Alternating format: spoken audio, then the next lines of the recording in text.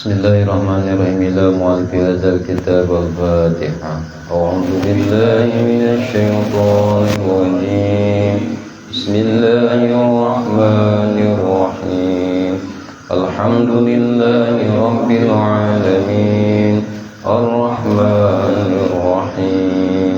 Maliki yaumiddin.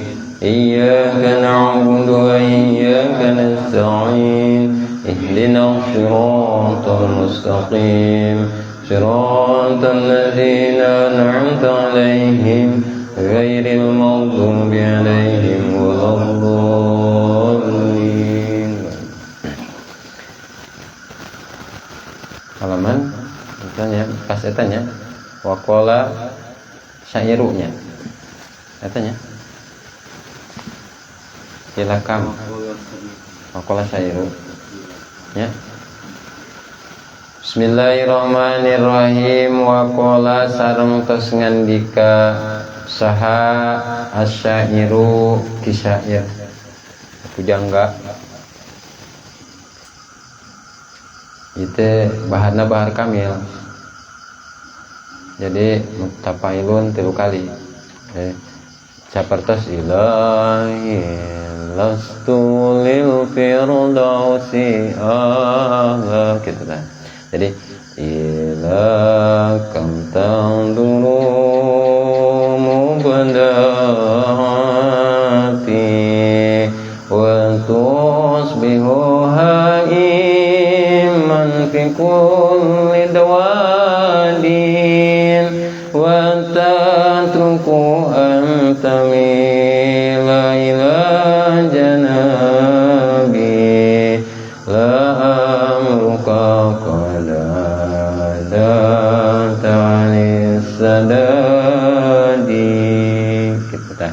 patos gitu dah.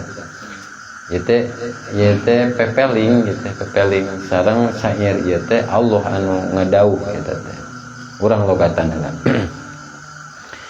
Ila kam nepika sabaraha lila tangduru anjeun neuteub ningali mubdaati kana ciptaan-ciptaan kami watus bihu sarta anjeun jadi iman jalma anu bingung pikuli wadin eta wadinnya pikuli wadin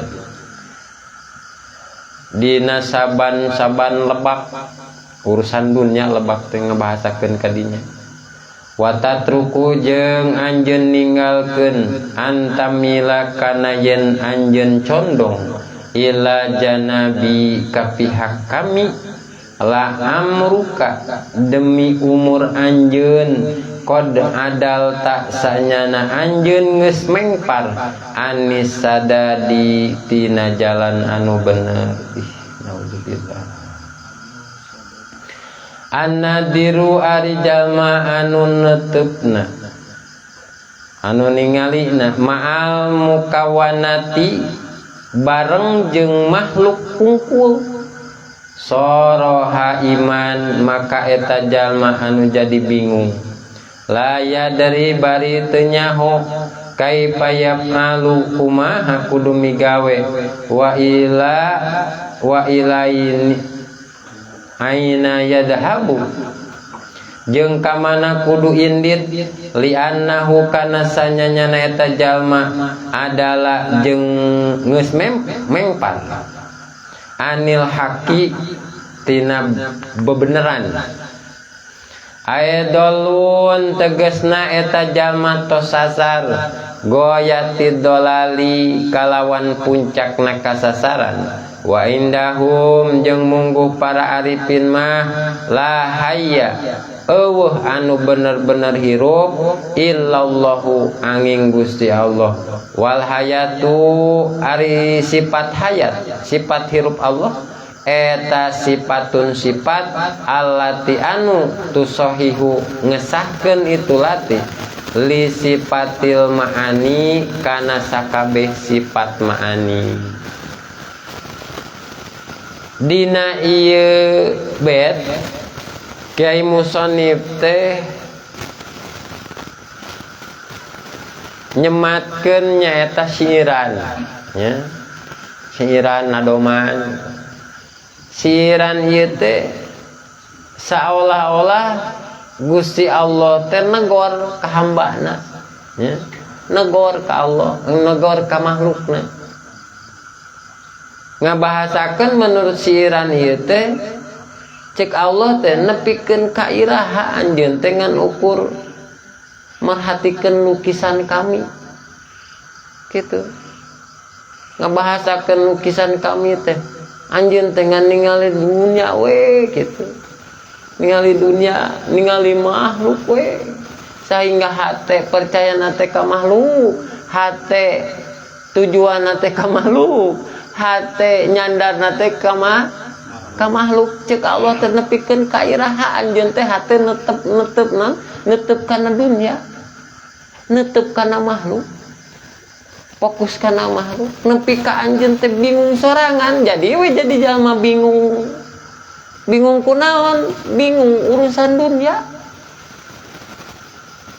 bari poho kanu nyieun dunia apa jadi jangan cuma bingung masuk kadang-kadang sok poho salat asar acannya jadi bingung mikiran dunia jadi dunia ka dunia cenah teh jadi makhluk ka makhluk manehna makhluk mikiran makhluk jadi muter we tadi namun cek bahasa orang Betawi L3 naon lu lagi jadi gitu jadi gitu bahasana heger tujuan ibadah teh dunia manehna makhluk dunia oge makhluk jadi tujuan teh makhluk jadi matakan tong aneh ukuran tujuan makhluk ka makhluk mah di dunia keneh di dieu boro-boro naik ke malakut mang budi boro-boro naik ke Jabarut naon coba ke ose-osehan di alam dunia mah teh nanti tujuanna atuh dunia rajin daek naon daek salat duha rajin daek wiridan hayang anu lain hayang ka Allah unggul lain hayang ridho Allah dina salat duha teh hayang anu tuh pikiran teh dunia gitu dunia mikirna jadi jalma anu poho ka Allah tapi mikir wae makhluk ibarat jalma anu leungit di jero leuweung geledegan nya teu apal jalan balik gitu teh teu apal jalan balik poho we kitu nya nepikan bingung sorangan mikiran urusan dunia tapi bari poho saha nu nyeun dunia teh nya Allah naros ka urang eta teh dina siiran eta nah urang betah teuing eta teh ningali kana hiasan betah teuing urang ningali kana hiasan dunia betah teh ningali nepikeun ka poho kanu ngadamelna nepikeun ka poho kanu ngurusna nepikeun ka poho kanu gaduhna berangkat jam 4 pasar atau ke Jakarta niat arek milari rezeki ari salat subuh ditinggalkeun ari kumaha eta coba ya anu gaduh rezeki ditinggalkeun ku urang tapi urang teh neangan rezeki tuan aneh tekan jadi jalan kos jelema anu naon anu nyasar di jalan gambrung atawa anu keur lebeng we dina kutan geledegan teu nyaho balik ya Allah teh naros ka urang teh naha atuh cenah bet naon bet maneh teh betah pisan ningali dunia teh betah pisan ningali makhluk teh nepikeun ka poho anjeun teh ka Allah gitu ibarat jalma anu resep ningali lukisan tapi eta jelema teu mikir sahanya nu ngalukisna ieu resep teh iya lah lukisan hebatnya sugan sahanya lukisna saha henteu ibarat gitu urang mikiran dunia tapi hate teu inget kanu gaduh dunia urang bingung ku dunia tapi ieu hate teu ngadeuketan kanu gaduh dunia diibaratkeun ku Kiai Musonib ningali lukisan indahna lukisan tapi hate teu hayang nyaho saha ieu nu nyieun lukisan gitu teu nyaho teh hayang nyaho pelukisna saha hayang nate si cepot padu di dalang nama sahabat yang penting si cepot eta kitu tah urang mah leuseun gitu ieu bahaya boga penyakit gitu jadi kos nyata penyakit bingung eta teh bingung. Ya, penyakit bingung bahaya gitu. Jalma anu dina hatena ngan makhluk we eta teh bingung berarti. Kalebetkeun bingung. Padahal bakal loba kabingung eta teh. Justru lamun mikiran makhluk nambah deui bingungna. Matakan saudina sihiran ha iman. Ya, bingung mikiran rizki. Bingung mikiran omongan batur jeung sajabana. Loba kabingung ku perkara makhluk, naon sababna manehna bingung, sabab manehna nyangka sagalana gumantung ka makhluk. Hatena teh yakin makhluk anu ngaturna, lain Allah anu ngatur makhluk. Jadi timbul bingung. Kumanya sukan aing teu ulun sih gitu. Kumaha mun aing sukan aing teh ngopi. Ih sukan ge can jadi. Isukan berteng orang siap tepikeun ka isuk misalkan sing ngaekene apa henteu bikin jadi kabingung ya. Ya, ari para ahli-ahli marifat mah henteu kitu. Ahli-ahli Allah mah jagoan-jagoan Allah mah hatena tenang pinuh ku kayakinan, langkahna oge langkah pasti, hatena yakin menteng ka Gusti Allah dan segala perkara eta teh pusatna ti Gusti Allah. Atuh deuketan we nu gaduhna. Urang ge nu gaduhna Allah, urusan urang oge nu gaduhna Allah, atuh caketan anu gaduhna. Sehingga ieu mah berangkat mah moek-moek kitu nya. Ukurana sehingga poho urang ngalaksanakeun ibadah salat subuh. Ih, ari balik hayang ngais rezeki ti ka Allah. Tah eta pan aneh. Jadi arifin mah teu kitu nya. Aranjeunna yakin yen makhluk mah teu boga kakuatan naon-naon. Teu pan anu bener-bener hirup mah saur kieu musannif tadi Allah. Anu ngagaduhan sifat hayat teh Allah. Sakabeh kaayaan naon? Kaayaan sakabeh makhluk teh eta teh kulantaran Allah hirup. Allah aya. Umpama Allah henteu hayat atuh Allah henteu kudrat. Upama Allah henteu hayat atuh Allah teu irodah. Upama Allah henteu hayat atuh Allah henteu kalam. Tandana ieu urang aya berarti Allah teh hayat. Matakan sifat hayat ngajadikeun kunci, ngajadikeun pokok sifat pikeun sakabeh sifat. Anu wujud teh anu hayat nya, anu kidam teh anu hayat, anu bako teh anu hayat. Anu kudrot teh anu gagah, anu rohaka, anu bisa, anu mampu, anu hayat eta teh. Ih sanajan gagah ari teh hayat mah kumaha atuh? Misalkan dudugana mah gede eta jelema teh nya. Barang-barang sempak misalkan kumis baplang ya. Ya gitu. Pek teh urang teh hirup misalkan eta jelema teh. Atuh kumaha? Atawa urang arek ka Jakarta. Ka Jakarta misalkan orang teh aya baturna, misalkan orang aya baturna, di baturan aya baturan ka Jakarta, aya batur urang teh misalkan eueuh hirupanna, eueuh nyawaan, sok sanajan gede dedegana ge atuh moal bisa diantar, moal sanganter manehna. Jadi sifat hayat teh ngajadikeun kunci sifat atanapi syarat sifat sakabeh sifat di Gusti Allah. Matakan kalebetna sifat hayat teh sifat mani. Sifat mani teh berarti anu tujuh teh nya kudrat, irodat, ilmu, hayat, sama, basor, kalam. Tah tujuh sifat nya, tujuh sifat eta teh sifat hayat ngawangku kasadayana. Artina anu kudrat teh anu hayat, anu hirup maksudna. Anu irodah teh anu hirup. Ya, anu kalam teh anu hirup, anu basor teh anu hirup. Matakan teu aya deui anu gaduh sifat hirup atanapi sifat hayat iwal ti Gusti Allah. Tah arifin mah ahli Allah mah menteyeng hate kayakinanna kuat sehingga dina napakan kahirupan nyata sehari-hari teh hatena cuman tel ka Gusti Allah sabab ahli Allah yakin setiap perkara diayakeunna ku Gusti Allah. Lamun geus yakin kitu berarti hate teh kudu ngadeuketan Allah supaya Allah ridho dina perkara anu diturunkeun ku Allah ka urang. Takdir Allah ridho ka urang sehingga eta takdir ku urang teh dijalani dengan naon? Dengan lapang dada. atuh susah sobar bunga syukur eta beres seperti itu.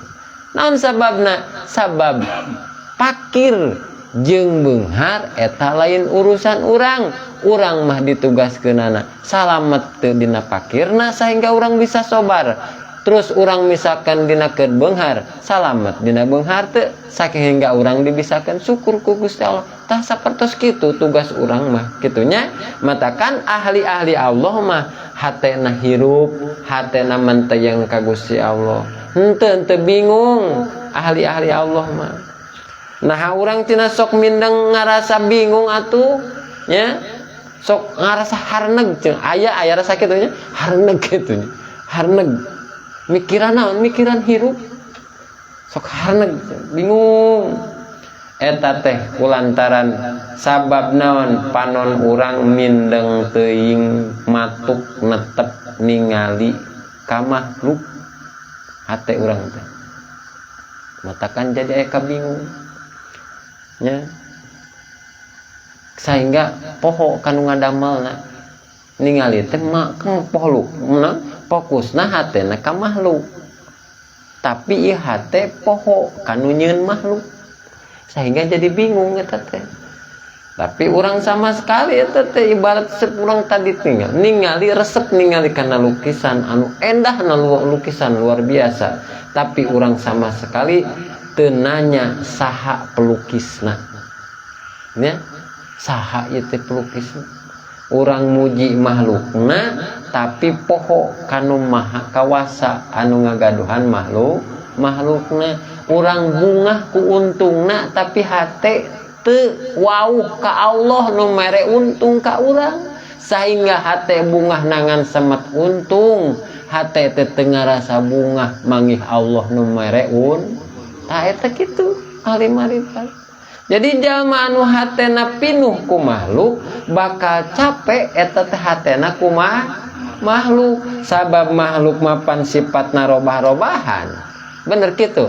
Lamun urang nyarande kana tangkal anu rungkad misalkan, nyarande urang teh ana tangkal anu doyong, anu rungkad, maka urang pasti milu labuh eta teh. Nya, pasti eta teh. Tapi lamun urang nyarande ka Gusti Allah mah, Allah teh pan anu hirup, cek Kiai Musannif al hayyu, maka urang bakal ajeg sanajan ieu alam dunia ender-enderan. Dah hate naon nyarande kanu ajeg, hate nyarande kanu gaduh makhluk. Sing emut makhluk mah ibarat kalangkang moal bisa obah lamun teu diobahkeun kunu boga awakna. Seinget kadinya kitu deui urang bisa lempang, urang bisa barang beli, urang ieu urang bisa hirup, urang ieu masih keneh dipaparinan sehat. Tah eta teh hakikatna mah diobahkeun ku Gusti Allah. Teu pantes urang sombong ketika urang bisa, teu pantes urang teu eling ketika urang boga, teu pantes urang frustasi ketika urang sangsara. Da sadayana ge obah jeung cicing teh eta dina nalika obah ku Allah diobahkeunana, dina nalika cicing ku Allah dicicingkeunna. Hakikat harokat jeung sukun eta teh lain urang, obah cicing lain urang, tapi Allah nu ngobahkeun urang, Allah anu nyicingkeun urang. Hate menteyeng kitu sehingga ieu hate teu fokusna ka makhluk, hate teh fokusna kanu gaduh makhluk. Jadi boga pamikiran dina hate, oh memang benernya hasil tina pangajian teh panjodoh pati bagja cilaka eta teh tos ditangtoskeun ku Gusti Allah, tos dicatet dina Lauhil Mahfuz. Artina takdir moal tiasa dipungkir, kadar moal tiasa disinglar. Anu paling penting kumaha carana ieu salamet urang dina setiap takdir anu dipaparinan ti Gusti Allah ka urang. Tah arifin mah ahli Allah mah mikirna kadinya lain mikiran makhluk. Nah, tapi amikiranana anu gaduh makhluk sehingga hate teh mudawamatu zikri, hate teh dawam eling ka Gusti Allah. Ya, matakan kana aya katerangan sing sajalma ieu hatena dawam zikir ka Gusti Allah pantat mainul qulub. Ya, hatena teh bakalan tingtrim, tenang, sakinah hatena teh. Naon sabab? Pinuh ku kayakinan ka Gusti Allah. Dina sair tadi disebutkan demi umur anjeun saanyana anjeun geus mengpar tina jalan anu bener, geus sababaraha puluh tahun ya urang nya, umur urang sababaraha puluh tahun, beak ngan ukur dipake ngudag-ngudag kalangkang dunya. Gusti nu agung nya, hayu urang balik deui ayeuna mah, urang balik deui Kang Ade, deketkeun deui hate ka Gusti Allah supados sesa umur urang teu naon henteu mubah nya. Oh itu pan urang ti akil balik tepikeun ka ayeuna geus sabaraha ribu geus dilaksanakeun ibadahna, geus sabaraha ribu kali geus ngalaksanakeun salat. Eta aya salat hiji we misalkan nu eling, aya elingan ketika salat ka Gusti Allah, asana teh loba teu elingna kitu. Tah eta teh berarti loba mikiran makhlukna daripada napakuran Gustinya. Hate teh geuningan loba teu elingna, hayu ayeuna mah urang baralik ka Gusti Allah.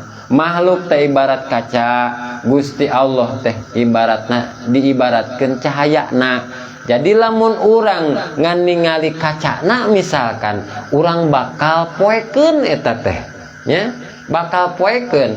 Tapi lamun urang ningali cahayana, sakabeh alam dunya bakal katingali caang ku urang nya. Artina hate ningali Allah nu ngagaduhan dunya berikut urang kitu. Hate teh poho ka makhluk. Jadi hate teh tujuanna teu aya deui ka anu gaduh makhluk we. Tujuan teh ka Allah we hungkul. Ibadahna tujuan ka Allah. Ibadah ritual tujuan ka Allah. Salat tujuan ka Allah. Kasabna urang sadidinten berhubung ieu niatna tujuan hoyong ridho Allah dina kasab, eta kasabna ge ibadah. Gitu. Urang misalkan ngajina, hate tujuan hoyong ridho Allah dina ngajina ge jadi nilai ibadah.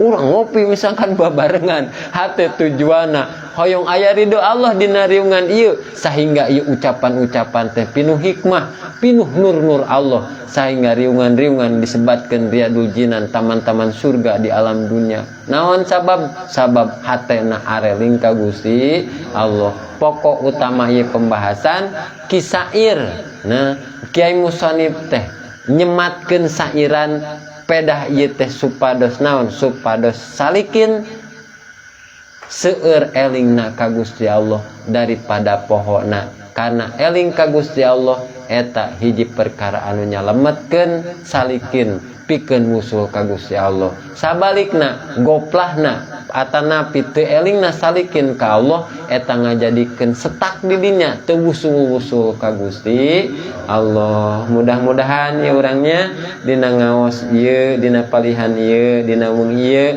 sing ngajantenkeun berkah pikeun urang sadayana.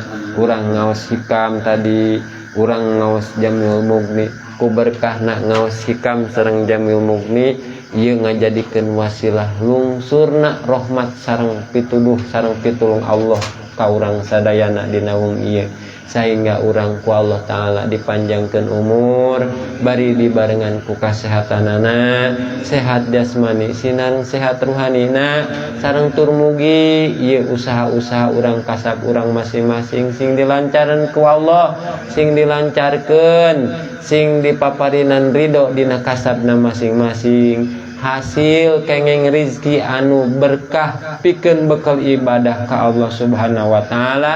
Teras deui dina ibadahna urang sadayana dipaparinan dikersakeun ibadah wusul ka Allah Subhanahu wa Ta'ala. Sareng mudah-mudahan ku wasilahna ieu berkahna ku pangaosan Allah, sehingga Allah Subhanahu wa Ta'ala maparinan katurunan-katurunan ka urang sadayana, katurunan anu soleh tur solehah, katurunan anu berbakti ka ibu ramana, berbakti kepada nusa bangsa sinareng agamana.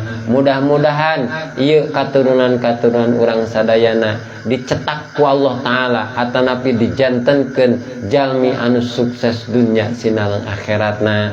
Sareng mudah-mudahan ku wasilahna ieu pangaosan atuh keluarga urang, boh sepuh urang, boh sahabat keluarga urang anu tos tilar dunia atanapi tos dipayun ninggalkeun ieu alam dunia, mudah-mudahan marantena sing ditampi iman Islamna, sing dihapunten dina sagala rupi dosa perdosanana, sing dicaangkeun dina pakuburanana, sing dipaparina nikmat di alam barjahna, senantiasa dipupruk ku rahmat sareng magfirah Allah Subhanahu wa taala. Nas'alukal ijabah ba'dal madkur fi barakatinal Fatihah. A'udzu billahi minasy syaithanir rajim. Bismillahirrahmanirrahim. Alhamdulillahi rabbil alamin. Ar-Rahmanir Rahim. Maliki yaumiddin. Iyyaka na'budu wa iyyaka nasta'in. Ihdinas siratal mustaqim. Siratal ladzina an'amta 'alaihim ghairil maghdubi 'alaihim waladdallin. Rabbighfir lana walidina amin. Hadanallahu wa iyyakum ajmain. Summa assalamu alaikum warahmatullahi wabarakatuh. Waalaikumsalam warahmatullahi wabarakatuh. Salli wa sallim daiman ala hamada. Salli wa sallim daiman ala hamada.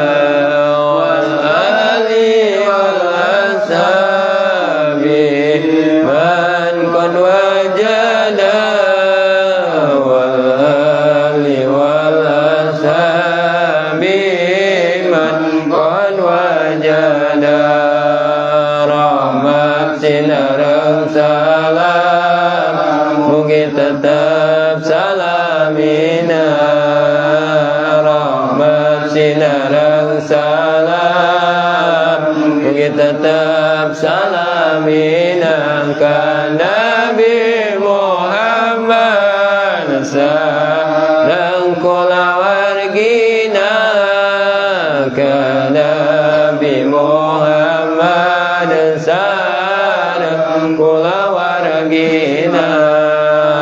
Salli wa sallim daiman ala hamada. Salli wa sallim daiman ala hamada. Wa sallimna minal afati wal balwa. Wa sallimna minal afati wal balwa. Mugi Gusti nyalametkeun abdi sadaya. Mugi Gusti nyalametkeun abdi sadaya tina pancabaya. Sinareng coba tina pancabaya. Sinareng coba. Allahumma shalli wa sallim wa barik alaihi.